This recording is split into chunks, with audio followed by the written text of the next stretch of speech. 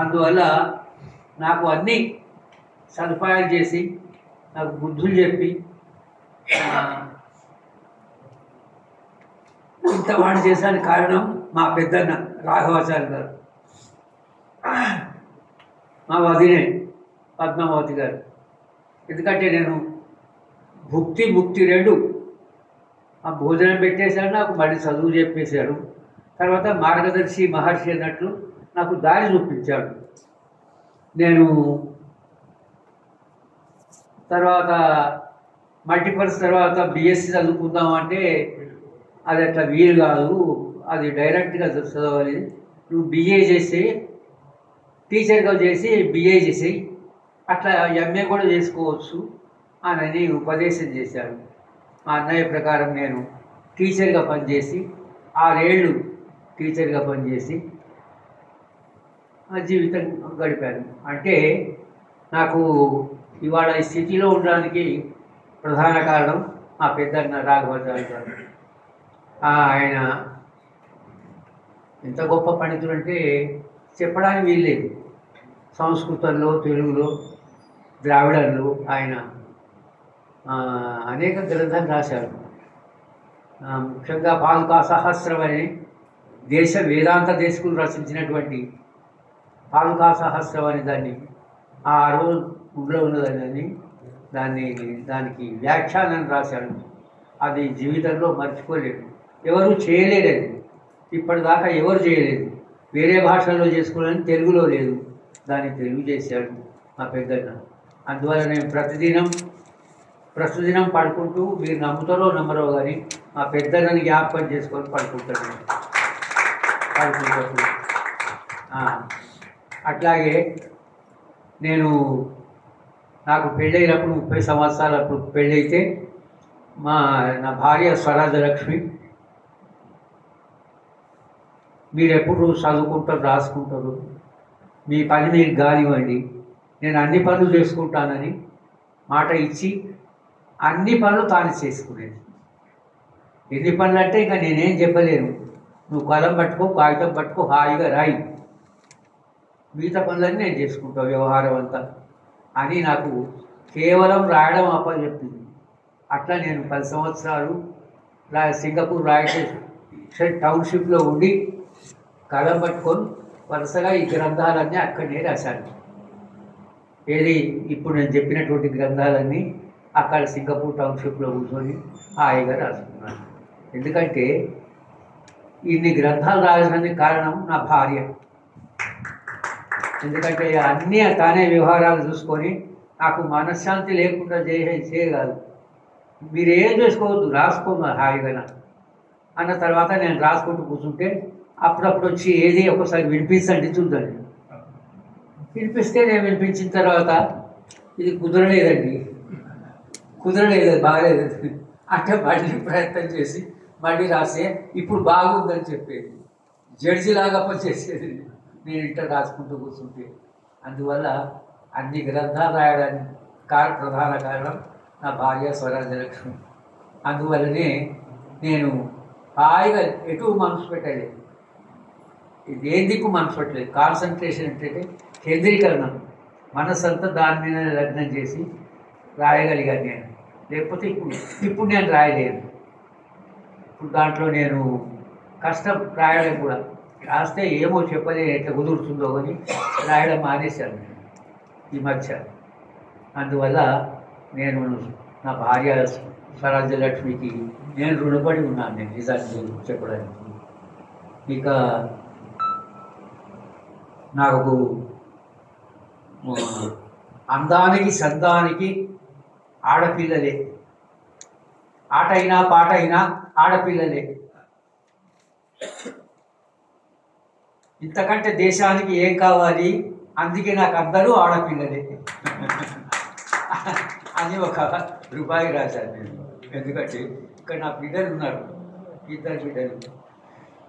ఒక బిడ్డ రాలేదు, ఒక బిడ్డ అమెరికాలో ఉంది. ఇక్కడ మా రాధిక, జ్యోతిర్మయి, నా మనవాడు వచ్చినాడు ఇక్కడ శ్రీకాంత్ అని, చిక్కు అంటామని శ్రీకాంత్ అని, అంత దూరంలో అక్కడి నుంచి వచ్చినాడు. మరి వాళ్ళందరికీ రుణపడున్నాను నేను. తర్వాత అన్ని పనులు విడిచిపెట్టి ఇక్కడ దాకా వచ్చినారు కాబట్టి ప్రేక్షకులందరికీ నేను హృదయపూర్వక నమస్కారాలు తెలియజేస్తున్నాను. ఇక చెప్పాలంటే రాముగారు గురించి చెప్పాలి. ఈ మధ్య రాముగారు ఎన్టీ రామారావు గారి గురించి ఒక పుస్తకం రాశారు. 2 సంవత్సరాలు రాసి 22లో రాశారు. అది నేను చదివిన తర్వాత రాము యొక్క గొప్పతనం తెలిసింది.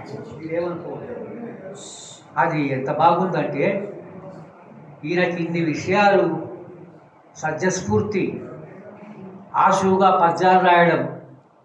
ఎన్టీ రామారావు దగ్గర కూర్చొని పద్యాలు రాస్తున్నారు, పాట రాస్తే ఒక పల్లవికి రాయండి ఆయన పల్లవి రాశాడు.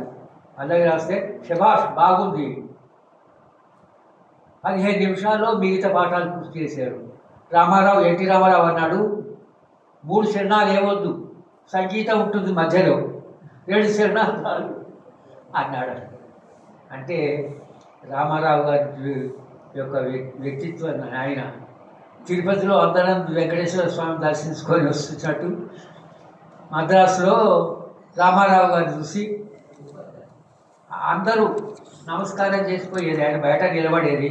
నేను కూడా పోయినా తిరుపతి నుంచి మద్రాసుకు వచ్చినప్పుడు అక్కడ ఆయన ఇంటికి పోయి చూసి నమస్కారం చేసి వచ్చిన. అట్లే ఎస్వి రంగారావు, సావిత్రి, జమున వీళ్ళందరినీ మద్రాసులో చూసి వచ్చినాడే. అది ఒకటి బాగా జ్ఞాపకం ఉంది.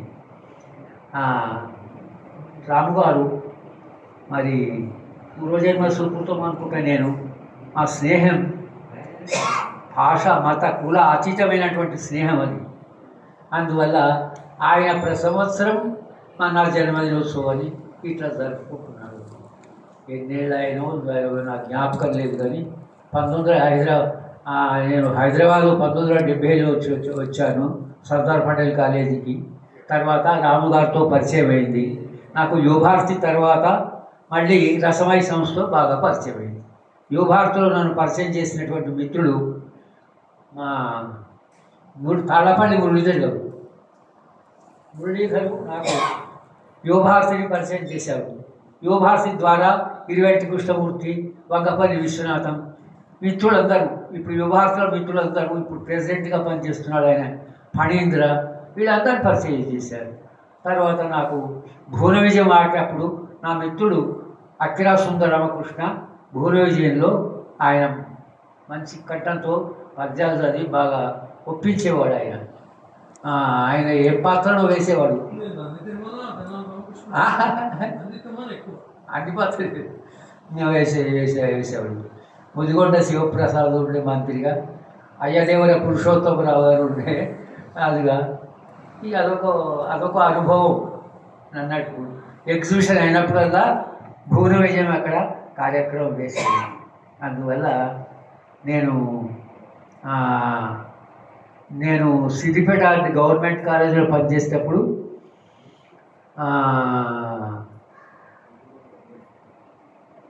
నేను హైదరాబాద్కు వస్తుంటే ఎందుకు మీరు సిద్దిపేట నుంచి రాజీనామా పెట్టి సర్దార్ పటేల్తో తెచ్చున్నారు, మీరు గవర్నమెంట్ కాలేజీలో రాజీనామా పెట్టి ప్రైవేట్ కాలేజీలో ఎందుకు వచ్చారు అని అడిగాడు ఒక ఆయన. పేరు ఎగ్జిబిషన్ పెట్టిన ఆయన పేరు టీవీ నారాయణ, అందులో member, OGA Osmania graduation association president అయినా. ఆయన నన్ను, నువ్వు ఎందుకు వస్తున్నావు సిద్దిపేట కాలేజీ ప్రైవేట్ కాలేజీ కంటే, నా భార్య ఇక్కడ పనిచేస్తున్నది, ఆ పేరు సరోజలక్ష్మి, మీ కమలానేరు పాటెక్లో పనిచేస్తుండే ఆయనగానే వెంటనే టిక్ పెట్టుకొని అపాయింట్మెంట్ చేసేసారు. ఎందుకంటే భార్యాభర్తలు ఒక దగ్గర ఉంటారు అని చేసేసారు. ఇక తర్వాత నా జీవితం అక్కడి నుంచి ఇక మారిపోయింది. అక్కడ పెళ్ళయింది, అక్కడనే ఉండి చేసుకున్న తర్వాత మా వాళ్ళు రిటైర్ అయిన తర్వాత సింగపూర్ టౌన్షిప్కి వచ్చి అక్కడ ఉన్నాం. సింగపూర్ టౌన్షిప్లో 10 సంవత్సరాలు ఉన్నాం. తర్వాత ఆమె చనిపోయింది. తర్వాత నేను నిజం చెప్పాలంటే నా భార్య పోయిన తర్వాత నేనేం రాయడం లేదు, మనసు పెట్టి రాయడం లేదు. ఎందుకంటే ఆమె అన్ని సేవలు చేసి రాయి అన్నది అది, కాబట్టి నేను రాసేసాను. ఇంకా తర్వాత నా మనస్సు మీరందరికీ తెలుసు, భార్య లేకపోతే ఇంటికి దీపం ఇల్లాలి అన్నట్టు ఇక కష్టం. చీకట్లో ఒక రకంగా అంధకారంలో ఉన్నట్టుంది. అయినా నా బిడ్డలు కాంతిరేఖలాగా ఉన్నారు, పిల్లలిద్దరు ఇక్కడ. అందువల్ల వాళ్ళ దగ్గర ఇక్కడ 3 నెలలు అక్కడ 3 నెలలు గడుపుకుంటూ కాలం గడుపుతున్నాను. ఏమైనా నాకు ఈ సమావేశానికి ఈ మనం చేసినటువంటి మన రసమయి ఎంకే రాము గారికి నేను హృదయపూర్వక కృతజ్ఞతాభివందనలు తెలియజేస్తున్నాను. మీ రుణం ఎప్పుడు నుంచి తీర్చుకోలేదు. నిజం చెప్తున్నా, మీ రుణం నేను తీర్చుకోలేను. నేను ఆశాలత గారి రుణంలో తీర్చుకోలేదు. ఆమె ఎంత మంచి వ్యాఖ్యాత ఆశాలత గారు ఎంకే రాము గారు. నేను హైదరాబాద్లో ఉన్నప్పుడు దాదాపు వారం రోజుల ఒకసారైనా ఇంటికి వచ్చి మాట్లాడి సంతోషించి వెళ్ళిపోయేవారు. ఇప్పటికీ కూడా నా మనసులో ఎప్పుడు ఎంకే రాము అని ఎప్పుడు మనసులో ఉంటుంది. ఇది చెప్తే నమ్మేది కాదు కదా, నిజం చెప్తున్నాను నేను. అట్లాగా మా అన్న ఎట్లయితే జ్ఞాపకం ఉంటాడో ఎప్పుడు ఆయన ఎంకే రాము కూడా నాకు జ్ఞాపకం ఉంటాడు. నేను అందుకే ఆయన చేస్తున్నాను. నేను ఇంతకంటే ఉపన్యాసం ఏం చెప్పలేను. అక్కిరా సుందరం కృష్ణ మంచి పద్యం నా గురించి రాశాడు కాబట్టి ఆయన కూడా కృతజ్ఞతాభివందనములు. ఎక్కడి నుంచో సర్దార్ పటేల్ గారు రిటైర్ అయినటువంటి మా ప్రసాద్ గారు వచ్చారు, ఆయనకు నమస్కారం. మా యువ భారతి ప్రెసిడెంట్ ఫణీంద్ర గారు వచ్చారు, వారికి బాలయ్యకు ఇప్పుడు ఏం చెప్పాలో పేరులా నా బిడ్డలు నా మనవాడు అందరు వచ్చారు. మీ అందరికీ నేను హృదయపూర్వక నమస్కారాలు తెలియజేస్తూ సెలవు తీసుకుంటున్నాను. బతికినంతకాలం ఉంచాలని చెప్పని ఆలోచన శక్తిని భగవంతుడు ఇలాగే ఉంచాలని చెప్పని వేడుకుంటూ చివరగా వందన సమర్పణ కార్యక్రమంతో ఈ సభ ముగుస్తుంది. ఇప్పుడు వందన సమర్పణ నిర్వహణ రాము గారు చేస్తారు.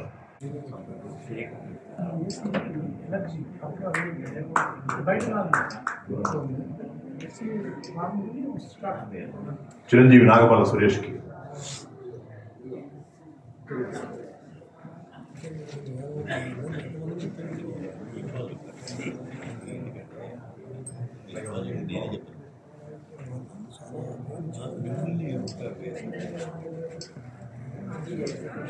ఆత్మీయులు తాళపల్లి మురళీధర్ గౌడ్ గారికి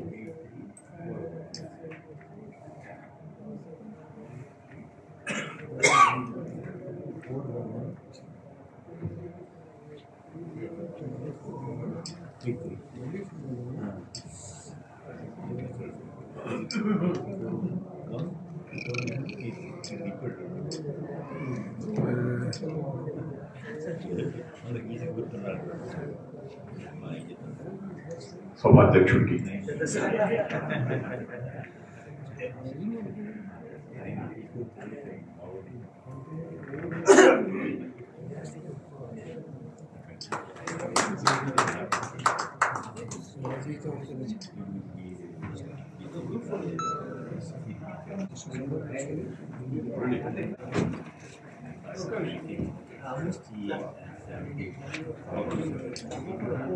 ఎంకే రాము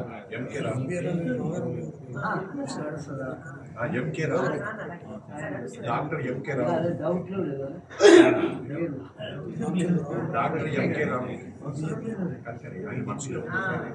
డాక్టర్ ఎంకే రాము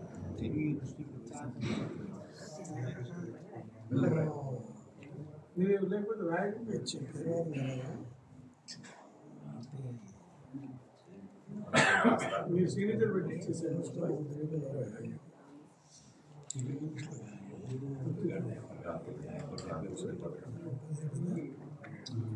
అవి సంతకం పెట్టండి, పక్కన రాస్తాను.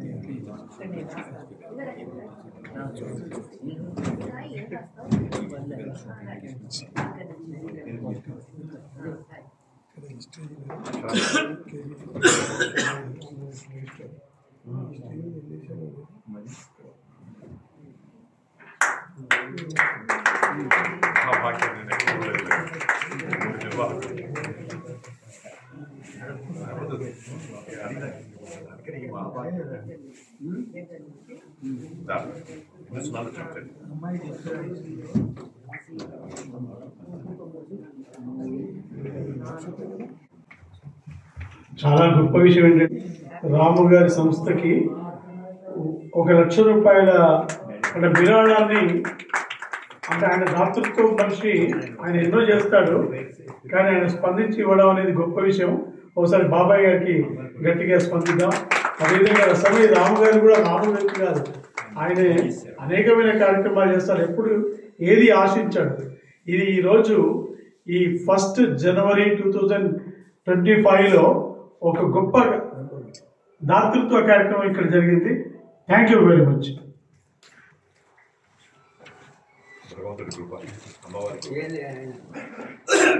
ఎన్నో కార్యక్రమాలు చేస్తున్నాడు ఆయన. మరి ఎవరు డొనేషన్ లేకపోతే సంవత్సరాలు అందువల్ల నాకు మనసులో కలిగి నా బిడ్డలు కూడా ప్రోత్సహించాడు. నాన్న ఎంకే రామ్ గారికి ఏది చేశావు, ఇన్ని సంవత్సరాలుగా ఆయన చేస్తున్నాడు, ఆయనకు ఏదైనా ఎవరైనా ఇస్తే కార్యక్రమాలు ఇంకా చేస్తాడు అని నన్ను ప్రోత్సహించిన వారు నా బిడ్డలు. అందువల్ల వాళ్ళు ఈ శాసనంగా చెప్పాలి, ఇది నువ్వేమనుకోవద్దు, ఏదైనా ఆర్థికంగా ఇచ్చేటువంటి డొనేషన్ సంస్థలు ఆర్థికంగా ఆర్థికమనే అన్నారు.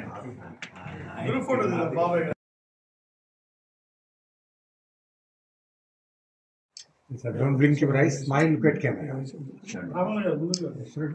One more. 3, 2, 1. One more.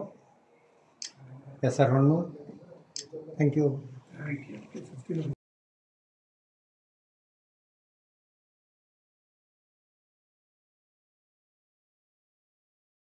ఇప్పుడు నాకు సతీష్ బాబు గారు నేను చెప్పిన పనులన్నీ చేస్తూ రసమయ్యకి ఆ కీర్తిని అలాగే దక్కిస్తున్నందుకు ఆయనకు ఇవాళ ఆయన పుట్టినరోజు కాబట్టి వారిని శాలువాతో సత్కరించవలసిందిగా ఈనాటి ముఖ్య అతిథిని కోరుతున్నాను.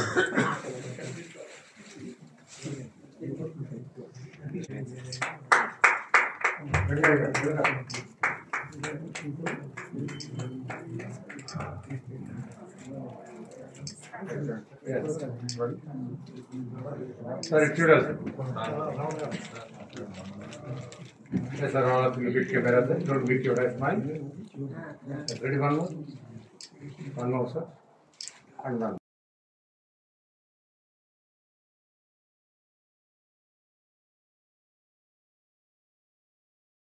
శ్రీనివాసాచార్య గారు, అందువల్ల మా స్నేహం వారికి 80 ఏళ్ళైనా 90 ఏళ్ళైనా 100 ఏళ్ళైనా నేనుంటే వారికి ఇలాగే సత్కారం చేస్తాను మీ అందరూ నేను మనవి చేస్తూ ఇవాళ కార్యక్రమానికి చేసిన పెద్దలందరికీ నా కృతజ్ఞతలు తెలియజేస్తున్నాను. సెలవు ఈనాటి కార్యక్రమానికి.